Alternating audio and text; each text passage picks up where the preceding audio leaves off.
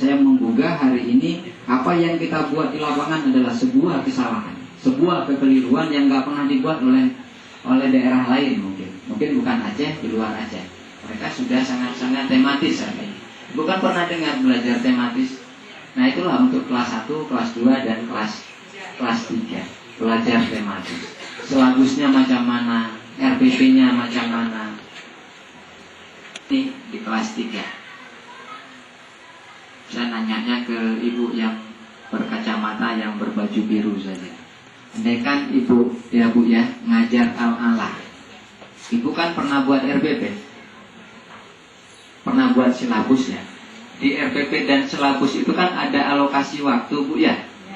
Ada. Kira-kira menurut ibu berapa alokasi waktu yang ibu perlukan untuk anak-anak bisa menyebutkan, menghafal, membaca dan mengartikan surat al-alah? Yang sebetulnya Pak ya? Yang praktek ibu lakukan di RPP? Kalau di RPP bisa 2 jam. 2 jam, 2 kali 35 menit. Oke, sampai di situ saja bu, tidak apa-apa, hanya sampel saja, bukan mencari kesalahan. Karena pertanyaannya saya seperti ini, adakah jaminan mutlak 2 jam itu anak-anak akan mampu membaca, menghafal, sampai mengartikan surat al-alah? Kalau tidak ada, atas dasar apa seorang guru berani mematok waktu 2 jam untuk bisa anak-anak sampai ke situ? Itu kan persoalan bu ya. Persoalan kita, saya tidak mencari kesalahan ibu, ini hanya sebagai contoh fisik yang terjadi di lapangan. Seorang guru berani mematok waktu untuk anak kelas 1, kelas 2, kelas 3 2 jam ini bisa. Kan luar biasa. Salahnya kita guru. Paham bu ya? Karena ketika membuat perencanaan, kalau perencanaannya salah, otomatis keluarannya juga salah. 2 jam berani menjamin anak orang salah. Ini menganggap dia memang tidak punya pengalaman awal. Kalau yang sudah bisa nggak diajar juga bisa. Ini yang bagi yang belum bisa pertanyaannya. Ya bu ya, kan dosa kita guru bu. Berani-beraninya matok 2 jam anak-anak harus bisa. Makanya waktu diteskan, anak-anak nggak bisa.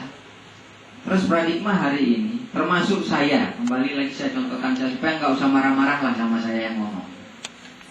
Kita masih punya paradigma, apalagi saya, bagaimana membuat soal yang kira-kira tidak bisa dijawab oleh siswa.